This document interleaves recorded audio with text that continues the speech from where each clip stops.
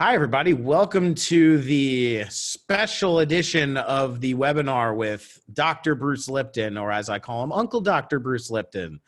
Thanks for joining us today. We're starting to see a lot of people signing in. I'm sure that as people are quarantined around the world, this is going to be a good opportunity. More people, I'm sure, are going to be seeing this, so that's good. I'm your moderator, Alex Lipton, and I'm going to bring Uncle Bruce here to the webinar in a second. I just want to direct everybody to the parameters of this webinar. First of all, it's a participatory event. We're going to have opportunities to ask questions. And if you would like to ask a question live on the air, you can raise your digital hand. So just hit the little raise hand button on the Zoom webinar button there.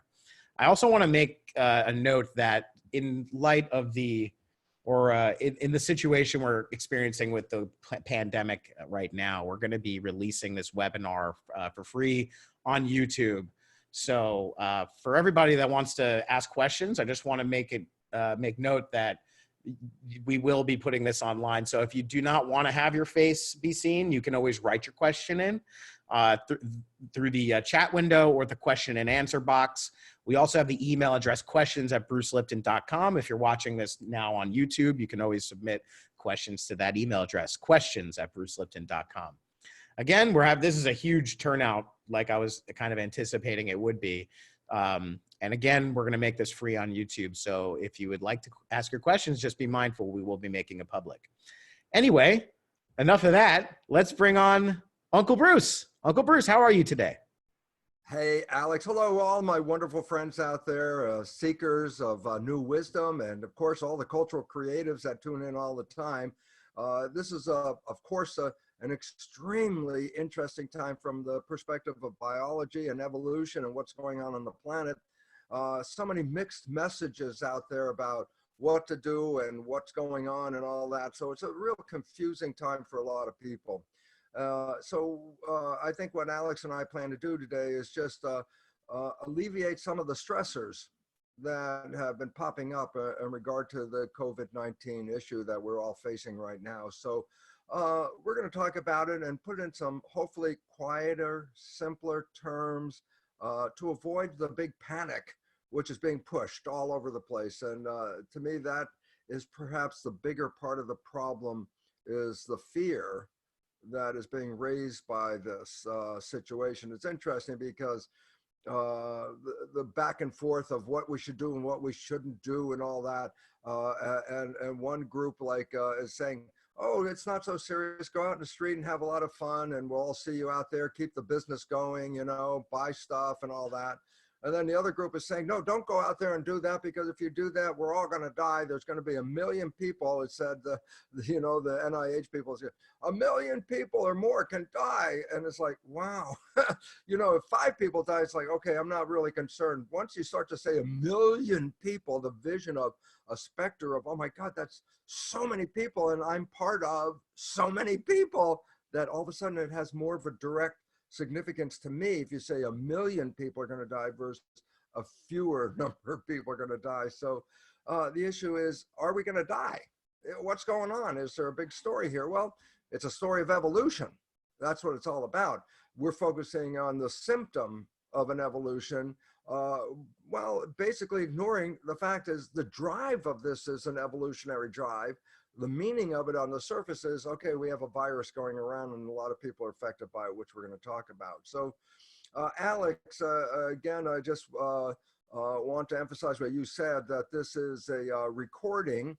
And I think Alex might be able to edit it, of course, before it goes out. So if you want to ask a question and you do not want to be on the final recording, when we start when you get introduced, say, please tell Alex that you would like not to be in this particular recording. Of course, your question might be really so useful for so many people that I really don't want you to hesitate in asking the question. And so let's open this up, Alex. And first, if you have anything to offer about how or where we're going on this program today, let's go with that.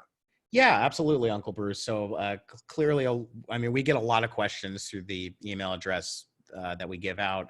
And obviously the ones that we're getting now are very much directed around the the pandemic and COVID-19. So we can talk a little bit about that. I just also wanted to maybe get your thoughts on how this seems to be reminiscent of the Titanic. I just recently watched that movie again as this was all going down, and it kind of reminds me a little bit of being on the Titanic, where the ship is going down, but everybody was so convinced that the ship it was unsinkable, and as they could watch the drinks that they had on the table start to slide off the table, and they'd be watching that thinking everything's fine.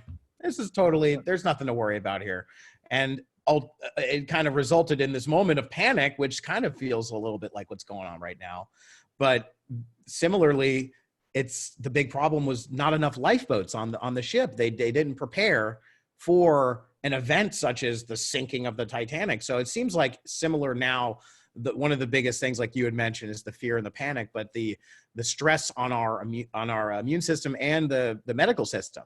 It feels a lot like we don't have enough lifeboats on the Titanic here. Well, we're facing that, you know, and as we'll get into in a short minute, Alex, is basically this is what's happening on the street when we push the system, the medical system, to all of a sudden cover large numbers of people when they're never prepared for that. They were always, you know, the usual flu has the usual number of people that die every year. That's not unusual at all. But to all of a sudden have massive numbers turn up medical centers all over the place where medical people were not prepared for a very large turnout, then your Titanic story now becomes really relevant. Is the issue the virus or the issue of being unprepared for the virus? Which one of these is most potent? And I agree with you, the latter is we're putting a lot of pressure on a system that was never designed to respond to this much pressure. I just want to mention the comment that just came in on the chat here. I thought it was kind of interesting about similar to the panic from the radio show from the War of the Worlds back in I believe it was in the 50s or maybe even before that. No, it's earlier than that. It was, I think it was the 30s. Oh, yeah, it was such an amazing broadcast because it was a playhouse broadcast.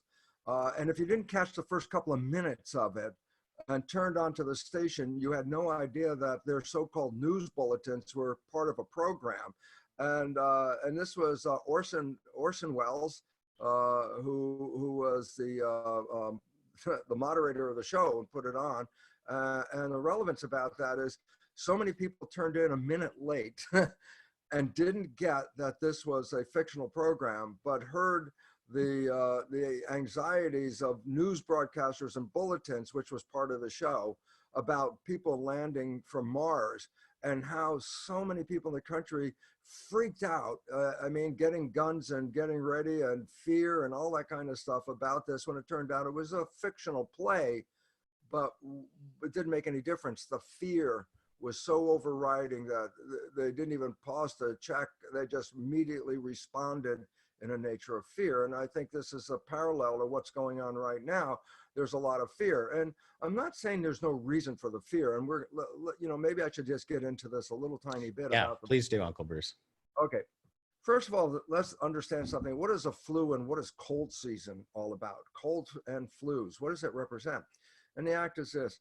There are a number of different viruses, rhinoviruses and coronaviruses, that annually show up every year and bring us all the symptoms of a flu or a cold. Let's understand, where did the concept of cold come from? And it comes under this. The viruses that affect the respiratory system, where the air is coming in and going out, air is coming in and going out, the viruses that affect us are viruses that actually replicate at temperatures below body temperature, meaning 98.6 or 37 degrees centigrade is a body temperature. When a virus of this cold nature infects a cell, it doesn't replicate at 98.6 or 37 degrees. That's too warm. So basically, if the temperature drops a couple of degrees, then the virus kicks in. So the virus doesn't operate at body temperature, it operates at a colder than body temperature. That's why flu season is associated with winter. And the point is what? Well, if you keep breathing in colder air from the environment, then the respiratory tract is not at body temperature. It's colder than body temperature because the air coming in is so cold that the body's trying to warm it up. The point is this. The respiratory tract loses its temperature. It starts to drop. And that's because the air that's coming in is using up the heat as we warm up the air. But there's a point where you can warm up the air, but it's still not 98.6 when it gets down into the lung. And so I say, so what's the relevance? Cold season offers an opportunity for these viruses to replicate in the respiratory system because the temperature of the system has dropped below 98.6 into a range that supports the growth of these viruses. So cold season is not an accident with cold. It's basically because the lower temperature of the cold season is really what pushes the opportunity of the viruses to actually replicate. I think we should also mention what is a virus, because people say, oh, it will kill a virus, or the virus is alive and all that. And I go, we have to understand something very important first, and that is this: a virus is not a living thing. Let me give you a perfect analogy of what a virus is all about. We have a computer and we have something called memory sticks. Okay, the memory sticks are the little plug-in units that go into the computer and they carry memory. That's why I call a memory stick. Okay, I go, so what's relevant? I say, the memory stick doesn't have an operating system. It doesn't have any life to it. All it is has a program in it. And when you stick the memory stick into the computer, the program from the memory stick goes into the program of the computer and becomes operational within the computer. A virus is the equivalent of a memory stick. It's not alive. It doesn't have metabolism or anything. It's a capsule that contains information to control the genetics and the behavior of the cell. It's not alive. So it's like memory sticks floating all over the place. And if one of these memory sticks plugs into one of your cells, then the information in that virus memory stick is transferred into the cell, just like it would be on a computer.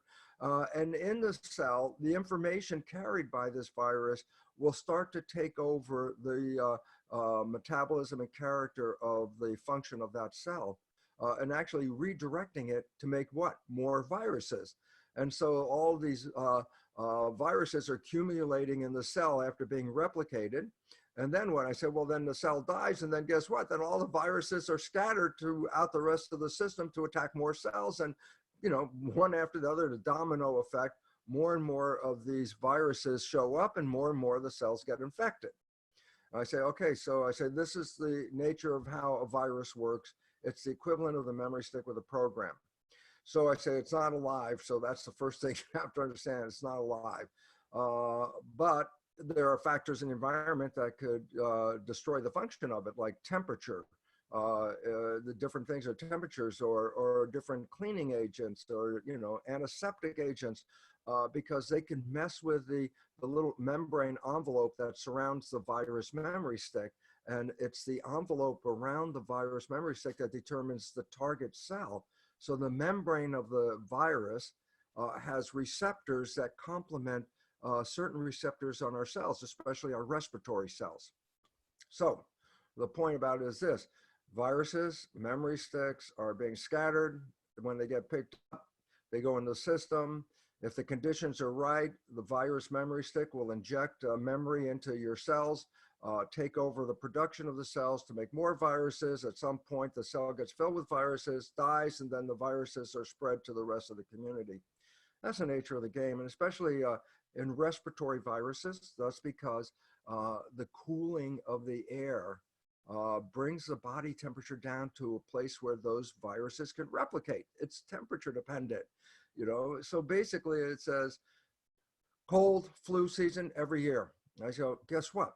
For years and years, the same viruses have been coming back every year, but they're more virulent in a subsequent year. And I go, well, what has happened over the year that all of a sudden the virus that wasn't so virulent last year becomes more virulent this year? And I go, because there are mutations and they alter the proteins and character of the virus, which then allows it to evade the immune system surveillance. The immune system has a memory built into it. If you've been infected by something earlier, the immune system has a memory of whatever caused that infection. So I say, so what's the relevant? I say, the same viruses have been going around in the human population for decades and decades and decades. So the same viruses show up. And this year, One of the viruses that may cause a flu in a regular year will infect a population during the cold season, and a certain percentage of people will succumb to that virus. I'm not trying to lighten that at all. Let's just first say, who are the primary victims, so to speak, of these annual colds? Because every year, about 0.1% of the population will die from every flu that comes up every year. I go, so what's different about this flu? Well, as I mentioned, previous exposures to flus over years give us a reactivity with some of the proteins. This is what the antibodies in our immune system attach to, proteins built onto the virus. Well, a virus may mutate, but it'll also still have a lot of the proteins from the state of that virus before the mutation. So it carries with it some of the proteins from year to year to year. And I go, so why? Is that relevant? And the answer is, if you've been exposed to a version of a virus, let's say a few years ago, and you have an immune recognition of that virus with the proteins on it, that virus then mutates. And so next year it shows up again. Well, it's going to be mutated. It's going to be a different infectivity or virulence to it.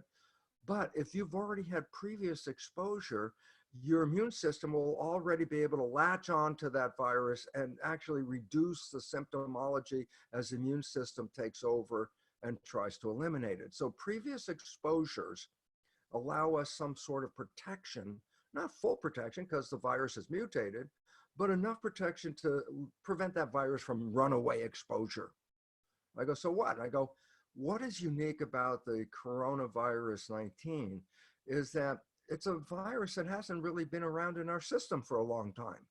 I say, so why is that relevant? I said, because most people do not have a previous exposure to the proteins, the what are called antigens on that virus. So when they receive this virus, to the immune system, it's like, oh, brand new, something that's never been here, and it has to launch a response against something that's brand new. Well, that takes a little bit longer to engage a response to something that's new because, as I mentioned, immunological systems have memory. So if I've had a previous exposure to something, I have cells that have a memory of that thing. And so when I get exposed to it a second time or a later time, the memory cells can kick in really fast. It only takes a couple of days, boom, the memory cells are already acting on a previously exposed virus.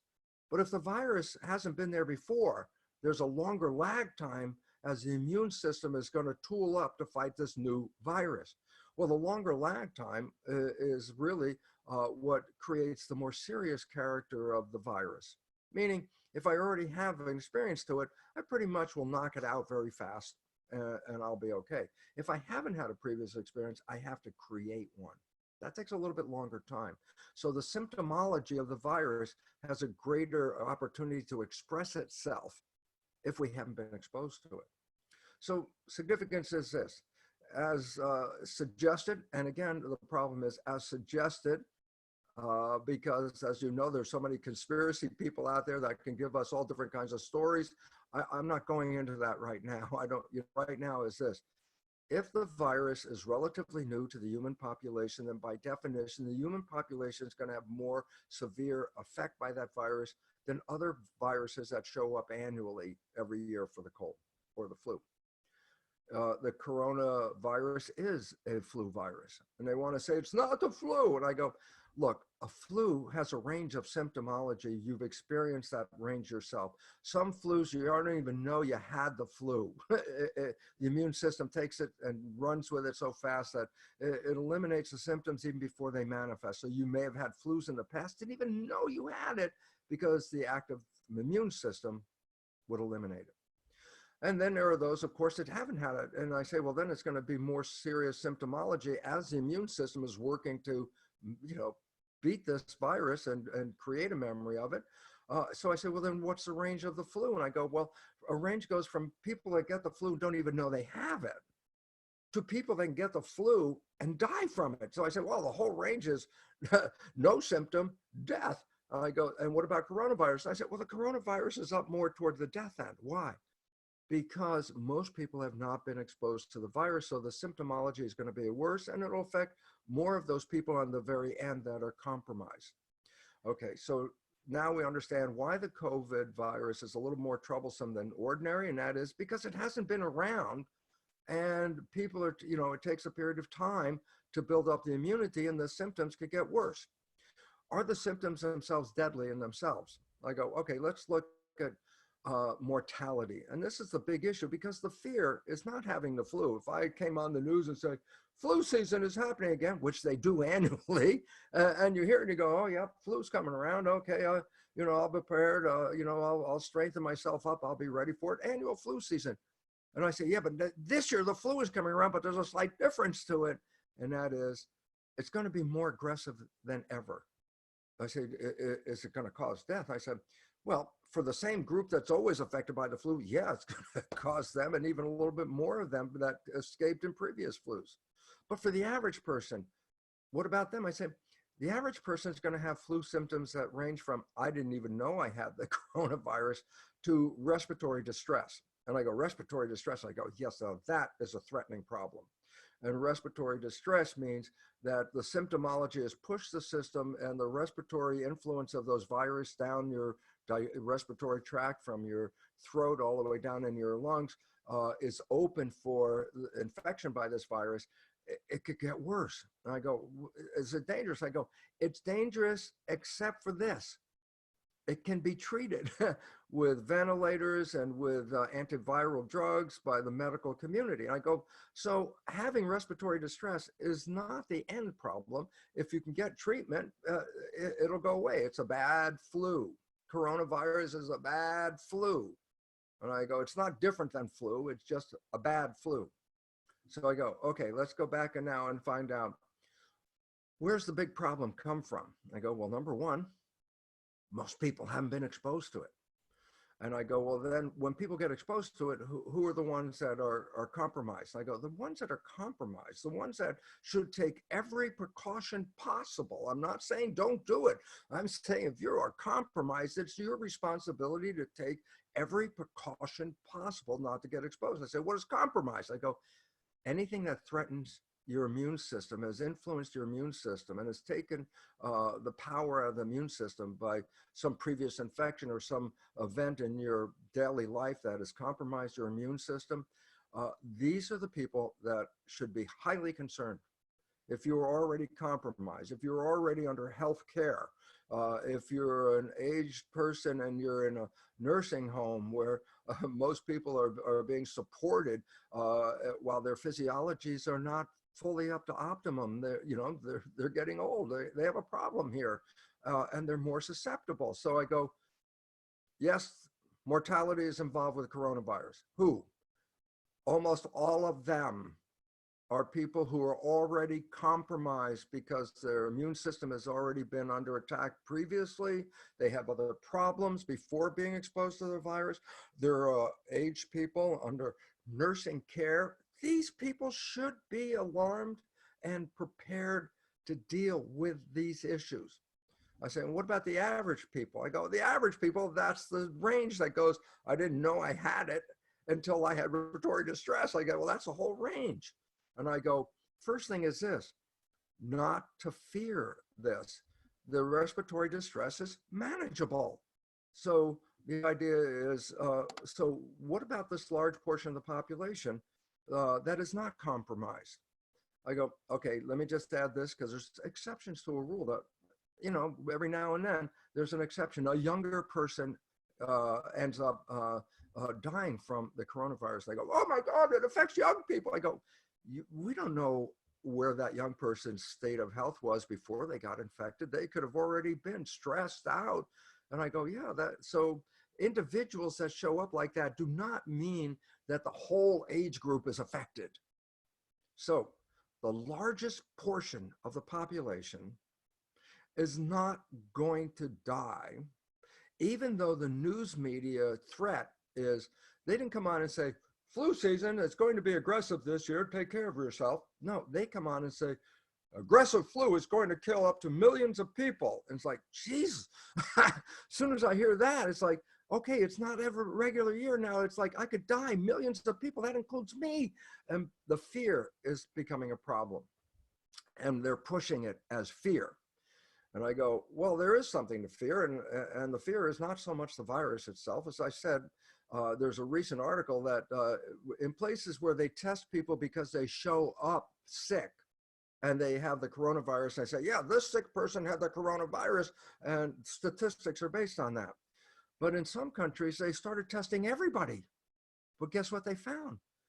About 50% of the population that was tested had previously been exposed to this virus, but have no symptoms. In other words, there's a massive number of people, 50% of the population that was tested had already been exposed to the virus, and they had no symptoms. I said, what does that mean? It means a very important fact, that their immune system is working so good that even though they were exposed to the virus, that virus was not able to overtake the system because of the strength of their immune system. So now it comes down to this. Yeah, the virus is a wild virus. It's a very aggressive virus. The question is this: how's your immune system? Because that would be the barometer to let you know how your response to this COVID-19 is going to be. If your immune system is working up to full function, then you're going to be like 50% of the people that have been exposed didn't even know they had it. But if you're compromised on your immune system, the more your immune system is compromised, the more aggressive the symptoms. It's like immune system goes down, infectivity goes up. It's a law of nature. That's just the way it is. So I say, okay, so where do we stand? I say, if you're compromised by being old, under nursing care, or your health is already compromised for whatever illnesses you may have already had, the COVID-19 virus is actually going to be much more aggressive. And for those people who are right at the edge of immune system function, it could be very lethal. So let's start off with this. If you were part of that group, the elderly group, especially that are weakened in any sense, or a person the age now doesn't matter if you're immunologically compromised. I don't care what age you are. If you're immunologically compromised, you are then should be very concerned about this infection and take all the precautions. If you're not in that group, then recognize this. The bigger problem you have is the fear of the virus. I go, what do you mean? I go, here's a simple fact, undeniable. This is just the way it is. In a fear response, the biology of the body changes to put energy into escaping the fear. That proverbial fear is the saber-toothed tiger that chases us. I go, what's relevant about it? I go, the body has two situations that it's like A or B. A or B, can't be in both. I say, what are the two situations? A biology can be in growth, or biology can be in protection. I say, why are they different from each other? And the answer is very simple. When you're in growth, you use a completely different set of organs and metabolism to maintain the health and clean the body and take care of it. And it's a different set of functions than if I'm in protection. Because protection and the fear of running away from either a saber-toothed tiger, or in this case, running away from a coronavirus, I don't care if it's a virus or the tiger, the fear causes a change in the body's function to support your protection mechanism. I go, they're different? I go, clearly different. Here's the point. Organisms, cells respond to stimuli in the environment. That's a fact. If the stimulus in the environment supports growth, like there's nutrition or things out there that encourage the growth of an organism, then by definition, the organism will move toward that stimulus and take it in. Growth, assimilation is growth. Take something in, okay? So if there's a stimulus out there that enhances your vitality, your biology will go to that stimulus and arms open to take it in and assimilate and support our growth. In contrast, if a stimulus out there is threatening, A, you don't go to the stimulus, you go the other way. B, you don't be open to a threatening stimulus, you close yourself down. That's protection. So what's the relevance? I go, it's clear. Growth, go to a stimulus, arms open. protection, go away from the stimulus, arms closed. You can't go to and away from a stimulus at the same time. You can't be open and closed at the same time. So the point is either you're in growth or you're in protection. You can't be in both. And I say, so why is it important? Because when the consciousness of protection is required, then the biology will adapt to a protection response.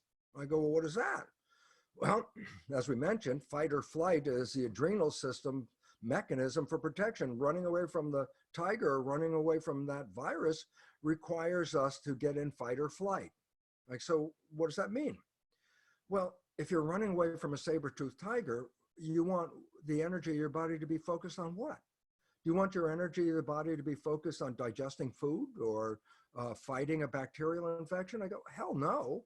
If you're running away from a tiger, where do you want the energy? Arms and legs. Because if blood, which is carrying energy, is in my arms and legs, I can use these muscles to escape. And once I escape, the protection mechanism is off and growth returns. I say, so what does this all of a sudden mean? The answer is this: a state of fear releases stress hormones such as cortisol. I go, yeah. I said the hormones go in the body. What do they do? Regulate the function of the body. So I say, so what regulation does a stress hormone do? Its function is to shut down anything in the body that's using energy that's not supporting the escape from the proverbial tiger. So I say, well, what does that mean? I say, well, the visceral functions of the body, the gut, what are these? The lungs and the digestive system and the filtering of the spleen and all these kinds of different functions. I say, what is the function of the viscera? Growth and maintenance of the body. It uses energy, of course, to grow and maintain the body. But if you're being chased by that proverbial fear, I don't think you want to put your energy into the growth of the body when you want the energy into your arms and legs. That's what you're going to use to run away from the threat. I go, fine. I say, how is this managed? I say, stress hormones, when released into the body, shut down the blood vessels in the gut, in the viscera. I say, why? Simply because the function of the viscera is not necessary to run away from that tiger. So basically, when stress hormones are flooding the body, guess what? You can actually feel them. You feel something like what they call butterflies in the stomach, a little queasy thing going on here. I say, fear causes queasiness. I go, what does it represent? The answer is simple. The queasiness is the experience of the blood vessels in the gut being squeezed shut. I say, why should I squeeze the blood vessels in the gut shut? Because I don't need to bring blood into the gut now. The blood with the energy, I want it to go to the arms and legs. So by squeezing the blood vessels in the gut, we shut off the functions of the gut, but redistribute the blood. I'm now ready for fight or flight. So step number one in a stress fear response is to shut down the growth and maintenance of the body, to conserve energy, and to redistribute the blood to the arms and legs. I go, okay, that's number one. And I say, what's number two? And I go, this is the critical one. Number two is this. We have two protection systems. Adrenal system, fight or flight, protects me from the exterior threats. But what if something gets inside the body, like bacteria, parasites, and viruses? I say, that's an internal threat. I go, oh, I have a different protection system. It's called the immune system. It protects me from things that just got inside my body. I go, relevance? Well, simple point. I'm sure that you've been sick enough in the past that when you start to realize when the immune system is really working, you have so little energy that many times you don't even have energy to get out of bed.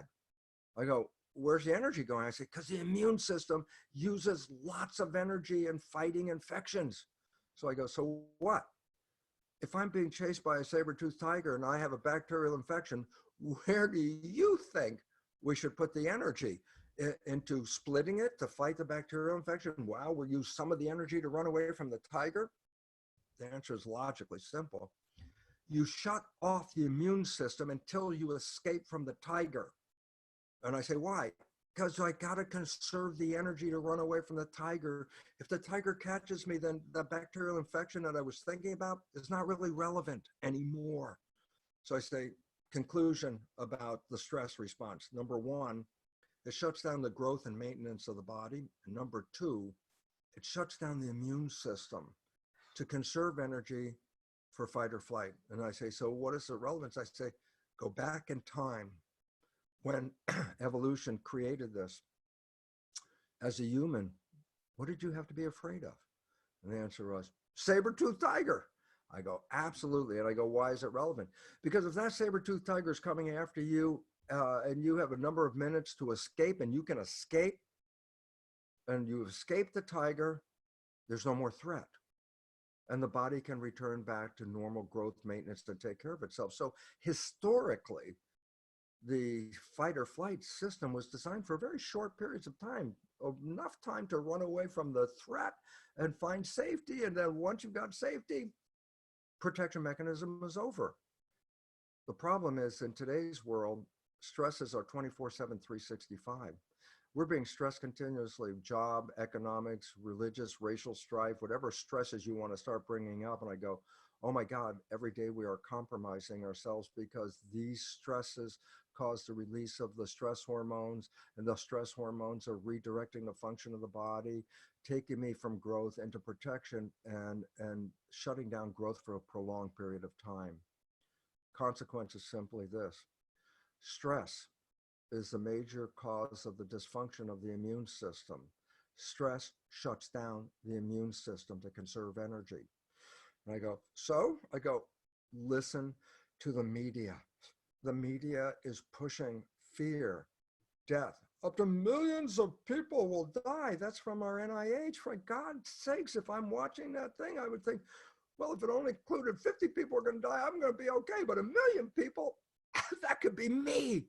And all of a sudden you realize the stress is now overflowing and continuous.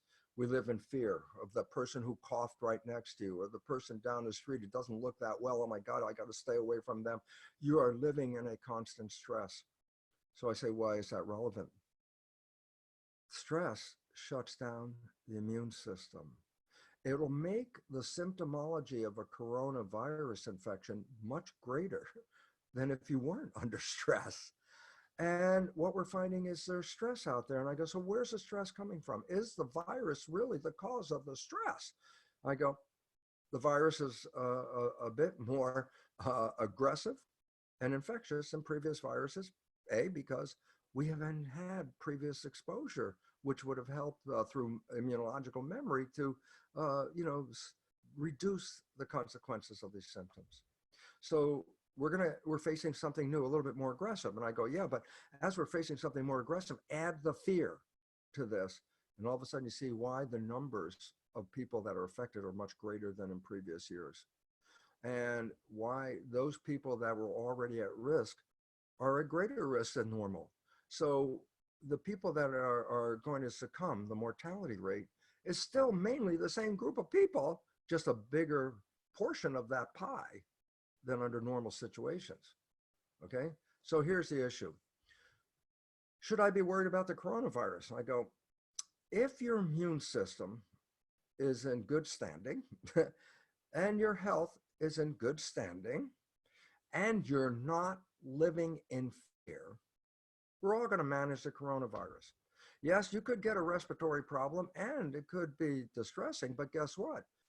It's not that it can't be treated. It can be treated. So it's not that, oh my God, I got a respiratory distress, I'm going to die. It's like, no, if you can get medical treatment, there's no problem. Then I say, that's where the problem comes from.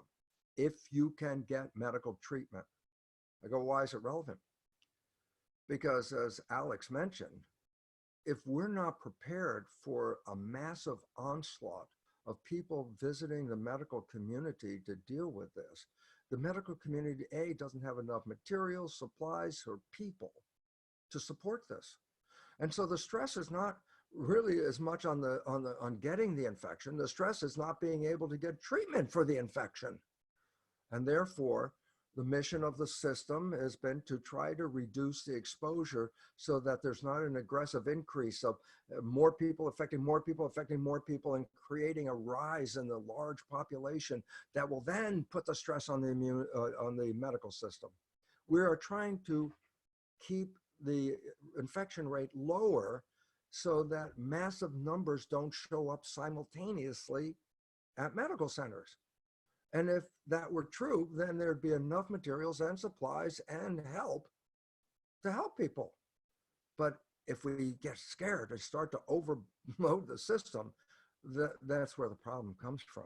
So the virus is a problem, yes, big problem for those that are compromised, and B, it's a virus problem for those that can't get treatment, not because the treatment could help them, but they just can't get it because the system isn't ready. So I'm now left with a situation. I'm in the world dealing with this. And I say, well, how will I deal with this? And I say, the first thing is this: take care of your own health first. Because if you take care of your own health, your immune system will be working full out. And if your immune system is working full out, it will alleviate all the symptoms of this. As I said, a recent report showed that 50% of the population that was tested before they even showed up anywhere, just testing a population, about 50% of the people had already been exposed to the virus and had no symptoms that they even knew. So we have to start looking at this in a different light. Is the virus lethal? Yes, every year the virus is lethal. For what? The same percentage of people that die every year. Same group of compromised people. Is it more lethal this year? I go, yes, it's a little more lethal this year. Why? Because we haven't had immunological memory of it. And I say, does it change who's going to have the problem? I go, no, it's the same group of people are going to have the problem, but just more of them are going to have a very negative consequence. Same group. If you're not part of that group, then here's the issue. Take care of yourself. Eat well. Take, let's get back to organic, natural, healthy food. This is part of our system. It doesn't, industrial farm food is toxic in its own right. Eating good food. Number 2, taking vitamins and supplements, and especially vitamin C. It's interesting how recently I saw the government was saying, oh, none of these things are really shown to affect the ability to maintain your health. I go, oh my God, I can't believe that. It almost sounds like a pharmaceutical little thing in there to prevent you from taking care of yourself and then have you dependent on the pharmaceutical company. No, take care of yourself. And the idea about this is, if you get flu, then the issue is this: stop the fear, because the first thing is, oh my God, I got the flu, I'm going to be one of the mortality people. I say, no. If you're in the average population, you're in a good place. If you're compromised, yes, take care of yourself. But don't let this fear get to you, because the fear is exactly what is causing the release of the stress hormones, which in turn is inhibiting the function of the immune system. And as a result, we are open to whatever degree of infection our stress system is going to provide for us.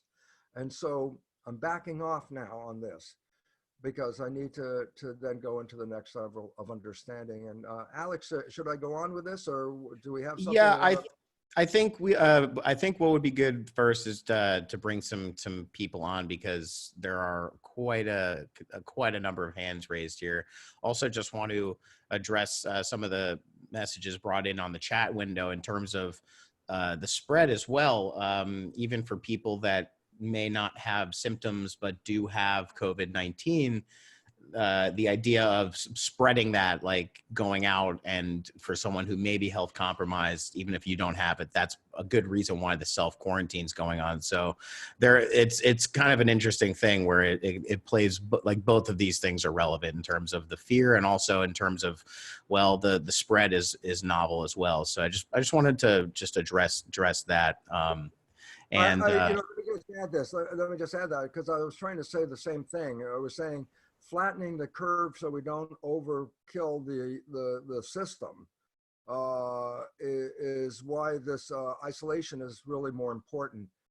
Is that, yeah, as I said, people have been tested, they carry the coronavirus, they don't have the issue, but doesn't mean they can't infect somebody else. And so isolation is just an effort to reduce the number of people that are going to be infected, which then puts the pressure on the medical system.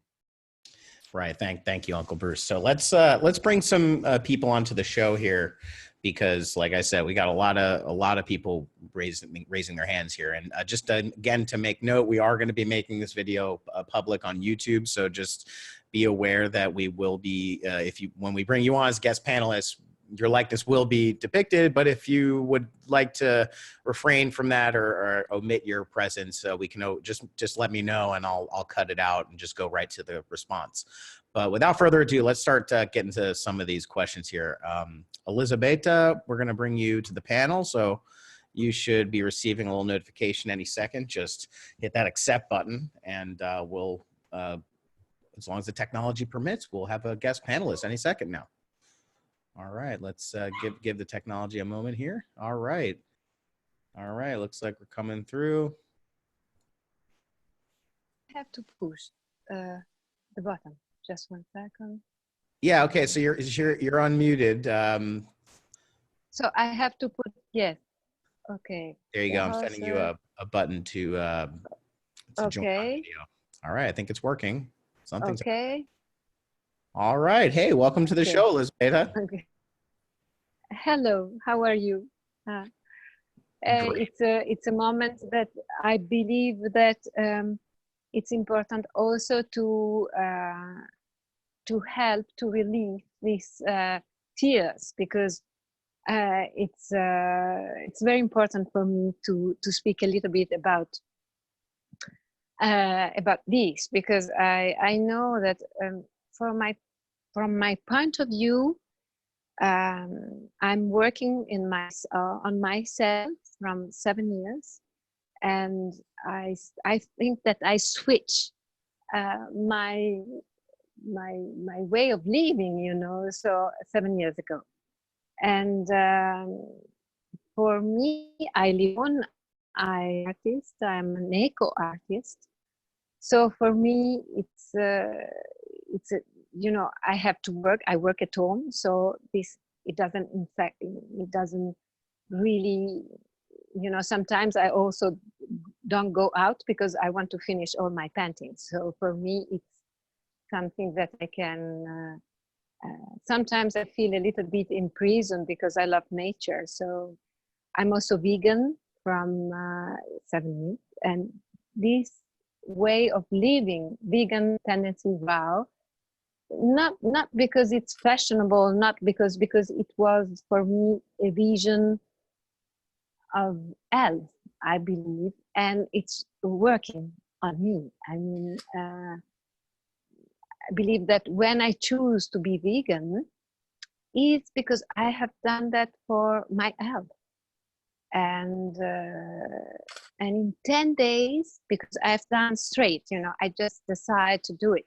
And in 10 days, a lot of things that I had, it just went away. So I believe that also because I have a vision of something that was strong for me, you know. So, and it's for me, it just make me very strong on looking the thing, you know. And I discovered you through a friend of mine. That is, I discovered Bruce and his all his work, his huge work, from a friend of mine that is Valdo Vaccaro. He's an Italian healthy, hygienic member, and I am a friend. You know, I just follow his advice, and I discovered that was really true. What he suggests, you know, what he's suggesting. He's really criticized from the official medicine, but I had experience in my life. A lot of people, when I was little, I had a lot of experience about death also. So because a lot of members of my family died. So, and perhaps I have another approach to this. And so I believe that people in this moment has to be encouraged to see that we have an immune system that we have a body that is very beautiful, that is strong, that can really carry on a lot of things if we want. So I believe that it's very important now, because I see people. Sometimes I go to make my shopping because of course I have to eat, and I I like to eat because I cook also. So I cook. I'm a cook for my friends. So this I miss a little bit this. But anyway, and I see people here where I live. It's a little village, so I'm lucky. I see people all people, also young people with a lot of gloves and a lot of that. Perhaps I think that we have also an immune system also in the hand. We have bacteria. I believe, I don't know, I think Bruce knows more than me, but I believe that also all this, it's really something that make people more frightened, more Forgive me, Elizabeth. afraid. Forgive me for interrupting, but I just was wondering if Sorry. I if you speak had a too much. question. Yeah, it's okay. There's a lot of people with questions. Was wondering if you had a question you'd like to ask. No, I wrote you. So just to tell you that we have an huge an immune system and we have a beautiful body. So we have to be more confident in ourselves. That is. And I really appreciate all the work that Bruce does. And that is, this is what and then I leave you because perhaps you have other people who wants to ask. So I know that. Well, we so appreciate you coming on the show and sharing your insight into that, and it's very much in alignment with what we've been discussing so far. So thank you. Yeah, I just want to add. Okay, bye. Add very much to her little discussion. Very quickly, what the summary was take care of yourself, take care of your own consciousness, and right. What do you think the immune system is all about? That's what its function was. If you don't interfere with it, it will be able to do its job. And that's what we need to understand. Great. Thank you, Uncle Bruce. And thank you, Elizabeta. Appreciate you coming on. We're going to go to the next guest panelist here. If I got a question, that'd be great. Geoff, we're going to bring you to the panel here. I believe you've been on the show before here. So any second now, we should be receiving your transmission. All right. Welcome to the show. How are you doing today? I'm doing amazing. Bruce, how are you? Hey, Jeff, it's looking good. Are you in LA as well as Alex? Are you both there? No, actually, I'm up in Kelowna, British Columbia, Canada, in the interior. Oh, that's where the colder part is. Okay, watch out for the cold. It's funny, actually. This is the second time I've hopped on here. About 3 years ago, you actually saved my life with the biology of belief. And I actually ended up with an autoimmune disease coming from a cold. And through your teachings and understanding now how my body works, the spirituality, I got into quantum physics, and it actually made a complete shift. And now I follow a lot of the teachings and I share with young people. But part of the reason that I'm hopping on here, and I just see people going into this pandemic, this fear, and just the fact that you're sharing with everyone the biological effects. Most people don't even know that cortisol, when it's released into your body, is literally shutting your immune system off. And the nocebo effect, these people, we're talking about overwhelming the healthcare system. Well, the people are getting like the sniffles, which normally would be okay, but they're going to the hospital or they're going for these tests thinking that they have this coronavirus. And what they don't understand is the news, as per se, their job is to keep viewers on the television. And they know psychologically how humans operate. Basically our program is to keep us safe. Well, if there's anything on the news that talks about safety, we become glued. We actually become addicted. We got to keep hearing over and over and over and over again. It's almost like you're almost hypnotized by it. And their job is to get people's eyes on the TV so that they get more money. But in the grand scheme of it all, these people, we're overwhelming the system. We're sitting here telling people that they're going to be sick. Then they believe that they're sick. Then they're suppressing their immune system. We've got this age category, which is generally, even on the high, the 80-year plus is 14.87% are actually dying from the coronavirus. That's much higher than the flu. I get that. But this pandemic of like watching the news, one of the things I'm sharing with my audience is I'm like, the first thing you do not put on the news. That's the first way to shut your immune system off. That's the first thing, to think that all of a sudden you have this sickness. And it's not so much. See, my big thing is 12 to 15% as of right now. This is the study. 12 to, actually, Greg Braden's another one of my guys that I absolutely love. I'm actually coming to Hawaii for the first time, and I actually get to see you, Joe, and Greg all on the same stage. So I'm absolutely excited because this will be my first opportunity to see you guys live. But watching this take place, and we're scaring these 50 and 60 and 70-year-old people and further reducing their immune system so they even become more susceptible.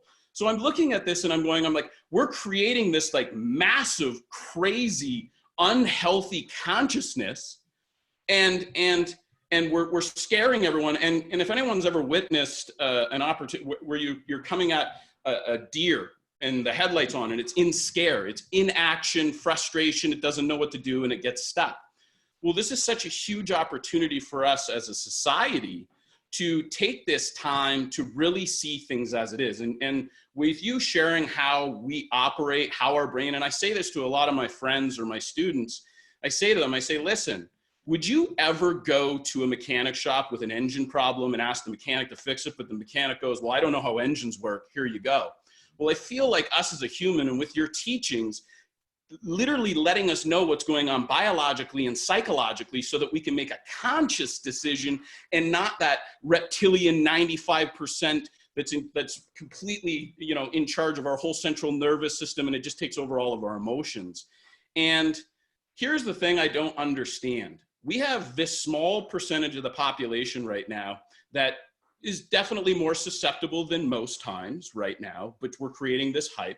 Why aren't we creating a support system and funneling a support system and isolating them and giving them the opportunity or space? Because here's the thing, the coronavirus is not going, and like you said, likely in the fall when the cold weather, this thing is going to come back again.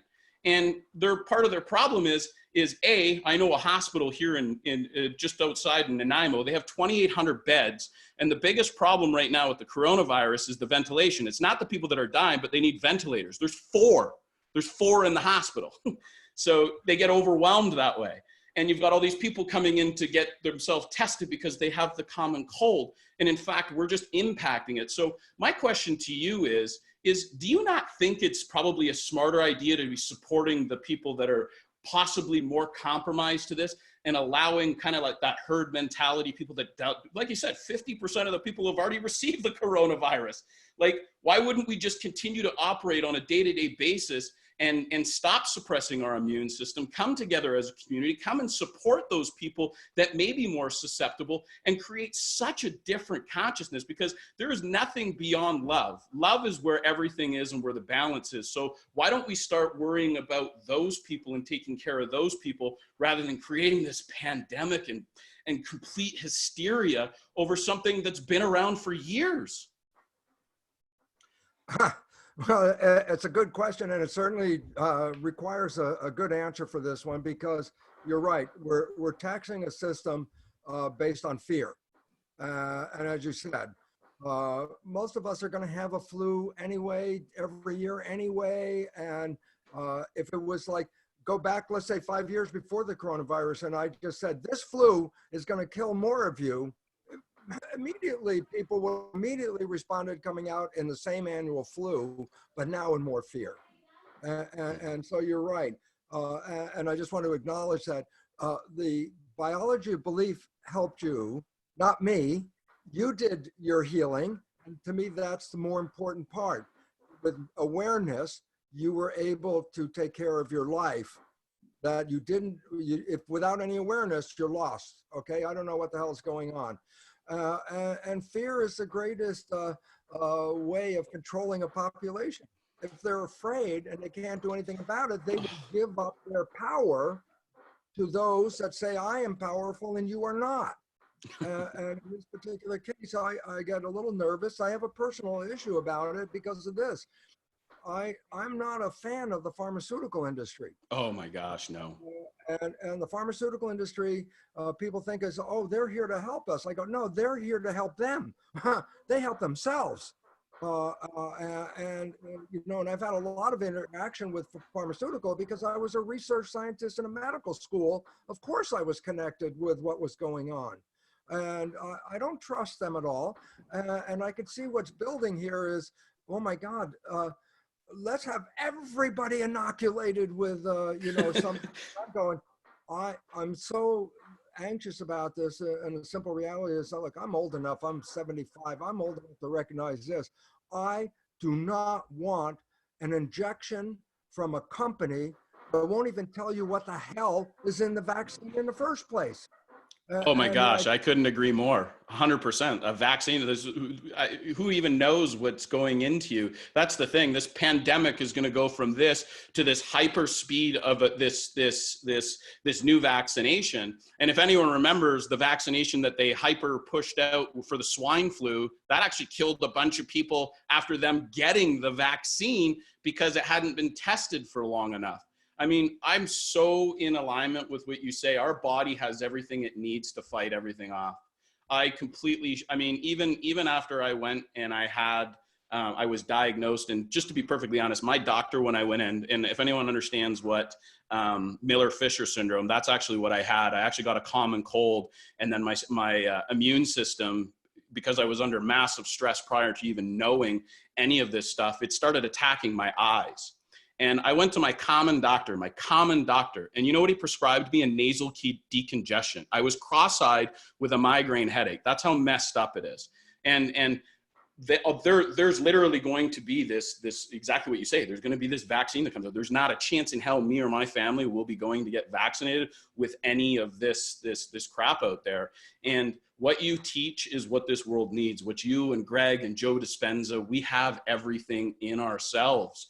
We just need to here's the first thing that you could possibly do. Go get motion. Get the dopamine and serotonin flowing in your body. Eat something healthy. Stay away from sugars. Have positive messages like Bruce, and have positive messages like Greg Braden, and people that are going to uplift you, because that is your biggest gain for growth and for your immune system to go, you know what, there's nothing that's going to come into my body that's even going to affect me. I mean, there's been so much research and so much things showed. I mean, if you look at the pharmaceutical companies, when they go and they put the actual test to humans, almost 50% of them end up with the sugar pill, and they end up with getting results from it via the placebo effect. Like, how crazy is that? Like, just the thoughts. I mean, it's amazing, your work. I absolutely love it.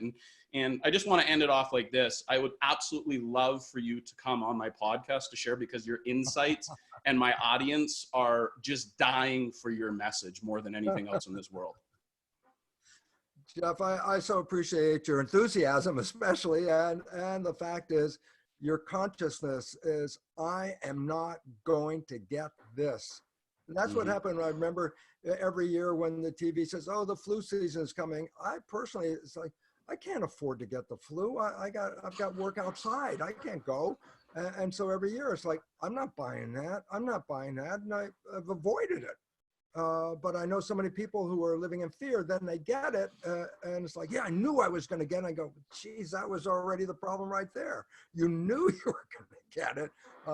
Then I could create any damn thing. So yeah, Jeff, very much appreciate your words, very much appreciate your insight, and for the learning that you already had to say, I have to take care of my own health at this moment. And that's what I'm trying to get people to understand. Don't wait for outside help. It's time for us to do inside help.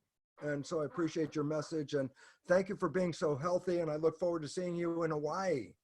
Oh yes, I will be there. I'll be on this call for next month too as well, but thank you very much. Great. Thank you, Jeff. Really appreciate you coming on the show. Thanks. All righty. I'm going to bring you back to the attendee status here. Thank you so much. All right. Yeah, Uncle Bruce, I'm going to bring some more people on here. I just want to make mention. We've got a whole bunch of hands raised here. So if we can really just focus on the questions, that would be really great. And we are very, very grateful for you being here. Just want to say that. And also just want to mention too, just about the fear. We're talking about living in fear. A lot of the people that may not believe that they're in fear with their conscious mind, but like you always talk about, the subconscious, where our programs are basically stored like a hard drive on a computer, there are potentially fear programs going on below the level of consciousness that we're not necessarily aware of. So even if you get sick and I wasn't really afraid of anything, there goes back to that going inner work to discover really what those subconscious programs are, because that very much rules the day, right, Uncle Bruce? Absolutely, Alex. Let's go and see if we can get some quicker questions so we can get some more people on. Absolutely. Okay, Stephanie, going to bring you onto the panel here. Thank you so much for being patient, everybody, as we go through our large turnout today. Thank you for being here. All right, we should be receiving a transmission. Stephanie, welcome to the show. Hi, how are you? Doing good. How are you today? Just fine, thank you. Thank you. Am I good to go? Yeah. Please. Okay. Ask away. This is new to me. This is new to me. I've never done it like this before. Very cool. Such an honor to be on this show. I cannot believe that I'm actually here, actually getting to ask a question to one of my superheroes. So that is really super awesome. My little girl was actually born with septo-optic dysplasia. It happens 1 in 50,000. She's immune compromised. As you know, when you get in the system she was born, they definitely fear-based me to death. They made sure to scare me that if I didn't do this, she was going to die of this. If I didn't force this flu shot, she was going to die of the flu. And the last 5 years, I've went on this journey of the awakening of finding myself. I am now a Reiki practitioner myself, so I've done a lot of delving, and I haven't given her a flu shot for the last 5 years. My daughter has not been near as sick as she was before the first 10 years of taking the flu shot. I've got her immune system built up, but I still keep finding myself in that fight or flight that they've put in me, just like you were saying about it being underneath that conscious level, even though you feel like you're safe. And I feel like I'm safe, and I feel like I'm taking all the precautions that I need. But is there something with her being like that, you know, septo-optic dysplasia? I don't know if you're familiar with that, Dr. Lipton, but, you know, she don't have cortisol in her body. I have to replace her body with cortisol. You know, and I know she's at danger, but if I'm taking all the precautions that I am of doing the vitamin C and the elderberry and the multivitamins and keeping her immune system at par, am I doing okay, or is there more I need to be doing? Well, I'm sorry, because that's a really tough question about your daughter's issues. And then again, you have to be very careful, because a diagnosis then becomes a future, a prognosis. And we have to be very careful, because our subconscious programming, not our conscious one. You see, so you have an issue now with the conscious mind saying, I'm doing everything right and everything's really good. And then the subconscious one kicks in and goes, but here's the problem. Yes. And so it's the two minds are you know, against each other. And unfortunately, the problem mind, the subconscious mind, the one that has been loaded with the fear, unfortunately is the predominant mind. And so while you're being conscious and saying, I have nothing to worry about, that's about 5% of the time. 95% of the time, unconsciously, your behavior is still going to be controlled by the fear that was put in the very beginning, because subconscious controls 95% at this time, okay? So the issue is, it's called the biological imperative, and this is what people should know about everywhere out there. And that is simply this. The biological system from the very beginning, or the first organisms on this planet, were given something called the biological imperative. What the hell is that? Well, it's the built-in mechanism to survive, meaning even a bacterium, the most primitive organism on this planet, if you try and kill that bacterium, it's not going to sit there and say, oh, okay, go ahead, kill me. It's going to, even a bacterium will do every action to stay alive. So it was built in. There's something built into life from the very beginning, survival, biological imperative, okay? And the biological imperative's job is to watch your world. And if there's threats, it's to protect you. So even, you know, when you open up your eyes and look, your consciousness may focus on a little thing here and a little thing here, but the subconscious with the imperative is looking at the entire field. And what's it looking for? A threat. That's its function. Find a threat so that I can protect myself. So all of a sudden I say, well, then the unfortunate part is the subconscious mind is designed to find all the possible threats so that your body can be prepared to protect itself to stay alive. That's what the biological imperative is all about. And so our conscious minds are really, you know, most people on this line, conscious minds are, yeah, I could control this, just like Jeff. I have power, I can do this. I go, that's great. But are we running from our conscious mind? That's where the bigger problem comes from. So 5% of the time you're going conscious mind, I'm taking care of my daughter. She's doing well. She's even healthier than she was before. I'm doing energy healing. This is really great. But there's that nagging. Yes, and it's pissing me off. I know, because I'm pissed it's off. I'm tired of it. I want to overcome it. You know what I mean? Like, I'm tired of it controlling my ass. Well, all of us are under that control. I have to admit, though, I alleviated mine. And I go, how did I do that? And it wasn't the intention of even trying to alleviate it. What alleviated for me was, you know, this is my story, so this is my Right. thing. That when I started working on this biology with the stem cells and started to note epigenetics, environment controlling cells, and all that stuff like that, I had my first insight into something that we would call spirituality. I was not a spiritual person. I was a scientist. There's proteins, DNA, genes. That's what life is all about. But when I understood the nature of how it worked, I realized that my identity is not built into the system. My identity is picked up by receptors, antennas on my cells. So all of our cells, except for especially our red blood cells, they don't have these antennas on them. That's why we can take, you know, blood transfusion from one person to another person, because there's no identity per se. But our body cells have identity on them, and their identity is actually a set of antennas on the surface of the cell called receptors, which are receiving a signal.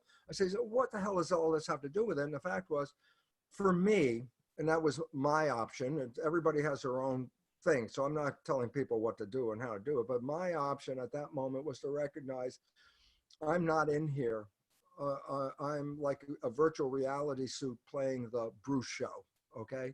And I owned that with such, you know, for me as a biologist, it wasn't like, oh, how, do I have a devotional belief about spirituality? I go, no, for me, it was a mechanical mechanism of a broadcast being picked up by antennas. I'm the broadcast, I'm not the cells. And I said, what was the consequence of owning that moment? Owning that moment, and I'll tell you what it was: a loss of fear of death. And I said, what happened? I said, all of a sudden, when my mind was like 2 + 2 is 4.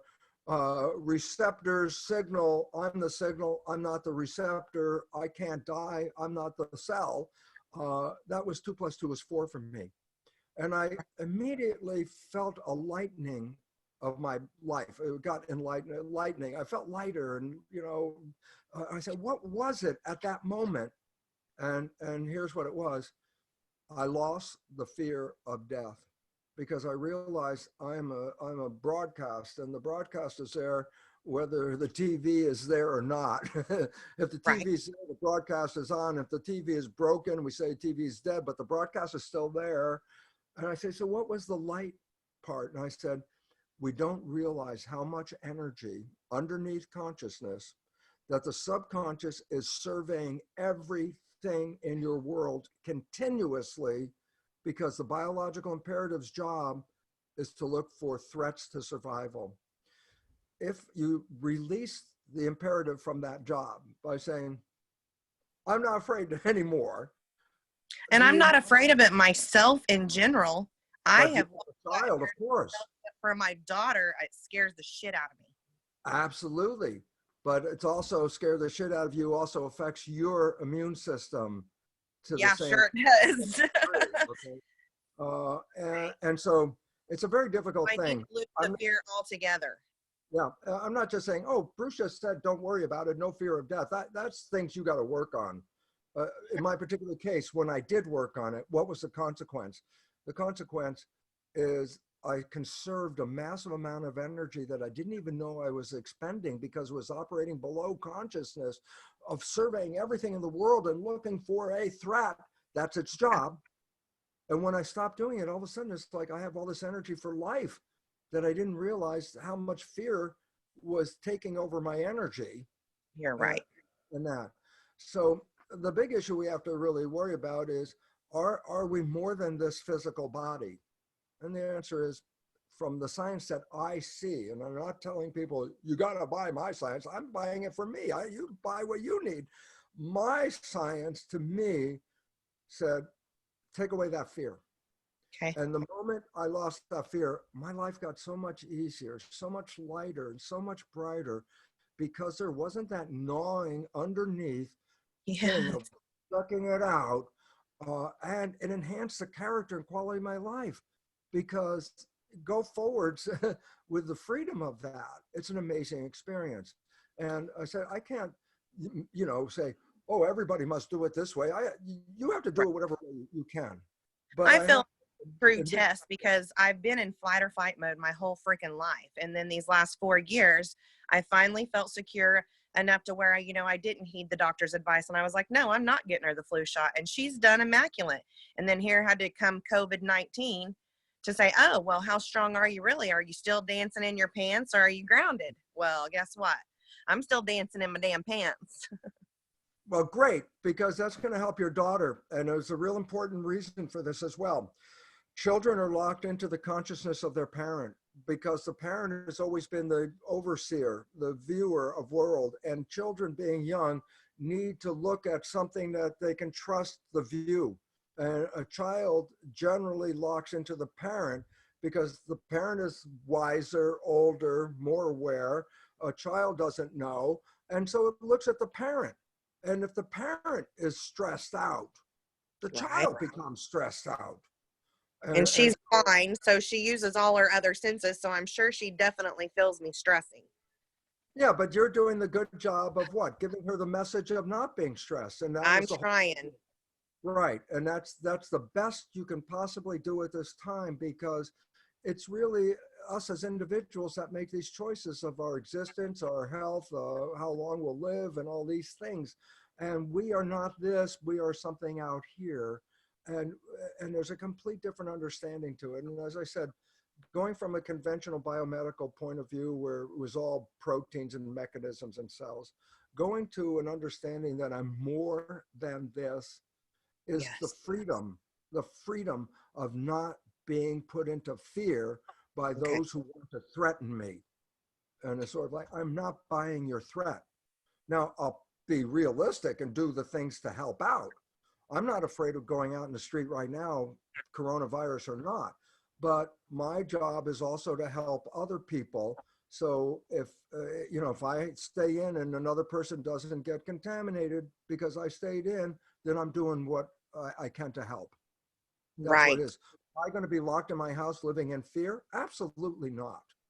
See, and that's what I've got myself terrified. I'm telling my kids, I'm like, don't get out of the yard.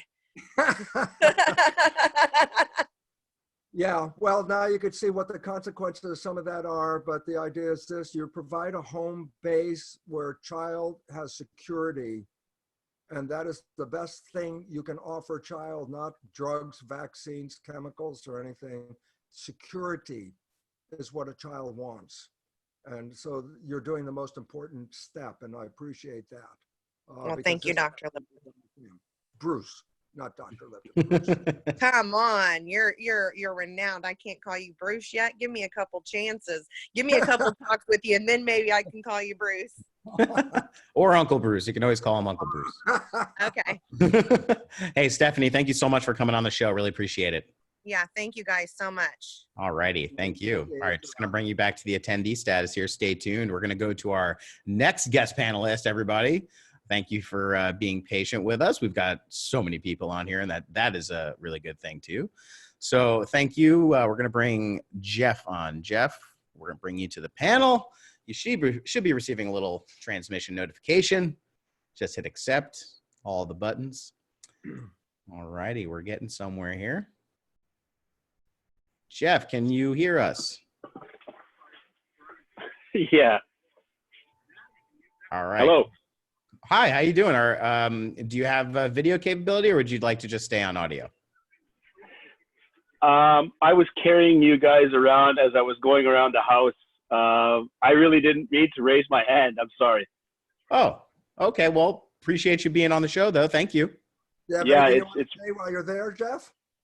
Well, I'm I just caught the flu, stomach flu. I got violently sick the other day, and reflecting on the situation as described by the other guy with the podcast, and I was under a lot of stress, working a bit off more than I could chew in my business, and I was becoming addicted to the news, CNN, and you know, I do believe that it was the stress that you know, resulted in me getting sick, and now there's a feeling, or you know, there's just a feeling that that I just let myself kind of let my immune system become weak, and so I'm just tying all this in, and on the, you know, the biological imperative, and I've listened to a few of the previous sessions, shows, and I'm just getting quite a bit out of this one. This one is particularly relevant because of the coronavirus situation, because of my personal situation. So, you know, I take care of my mom, who is elderly and sick, not sick, but she's got, you know, a bunch of medical symptoms. I take care of my son as well, and I'm self-employed. So, and like I said, I had started becoming addicted to the news, and you know, all of those things just combined, and I think that's what really, you know, exposed me to where I am right now. I'm just getting over it. I feel like I'm getting better. It was just an illness, a flu, I believe I caught in the last couple of days. But this is all very, very interesting stuff. So I thank you, Dr. Lipton. Well, Jeff, we're very happy you're out there, and also very happy that you can see a bigger picture. And that's what's necessary. Taking a bigger picture, that narrow, scary one is not going to help us, really. So yeah, I appreciate your awareness of this whole situation. Thanks, Jeff. Thank you. Cool. Thanks, Jeff. Appreciate you staying on the show. Stay tuned. Will do. All right. Thank you. All right. Let's go to our next caller here. Sabine, I believe you are a friend of the show. We've had you on here before. You get a little notification. We're going to try to get to all these questions, so thanks for being patient, everybody. All right, let's see. Technology gods. All right, Sabine. Oh. All right. Hey, yes. Sabine, how are you? It's nice to see you again. I'm fine, thank you very much. How are you guys? We are happy people. That's... Oh, there's a big partner. Hi. Yes, here's Ole again. You know him from last time. Yes, and we're so happy you both are there, and it's fun to see you both smiling. So yes. That's a good start.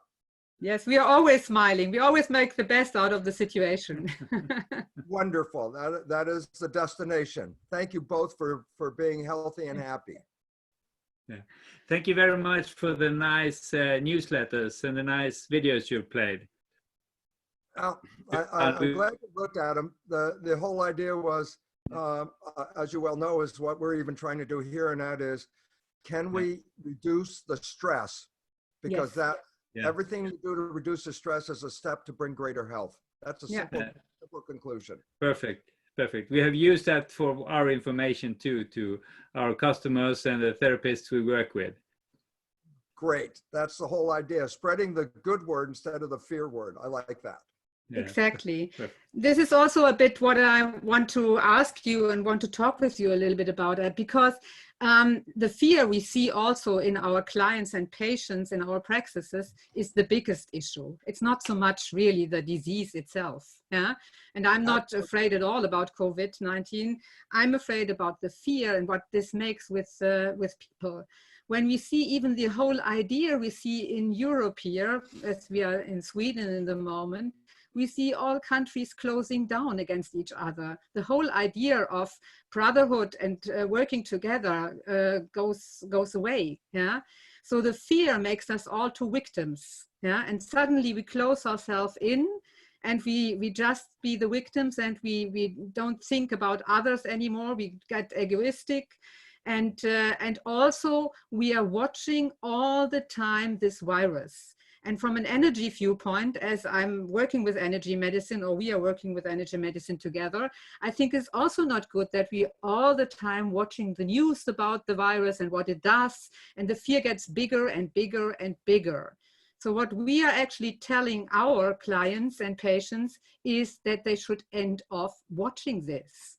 They should watching themselves, they should eat healthy food, they should do breathing exercises and bring control over their lives again.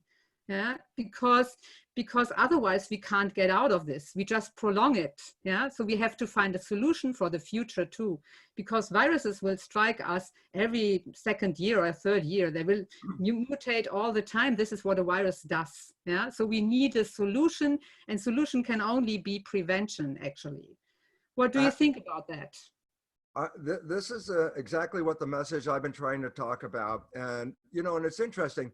I was just thinking as we were talking about that, think about this. On the highway, if let's say you're driving towards some destination and on the other side of the road, there's an accident.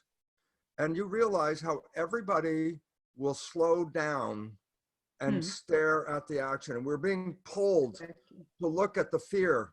I say, there could be a family having a picnic on the other side of the road, and everybody drives by, not relevant to them, having a happy moment and a picnic. But if there's an accident, we all pull over and stare and become involved because of a fear and seeing it.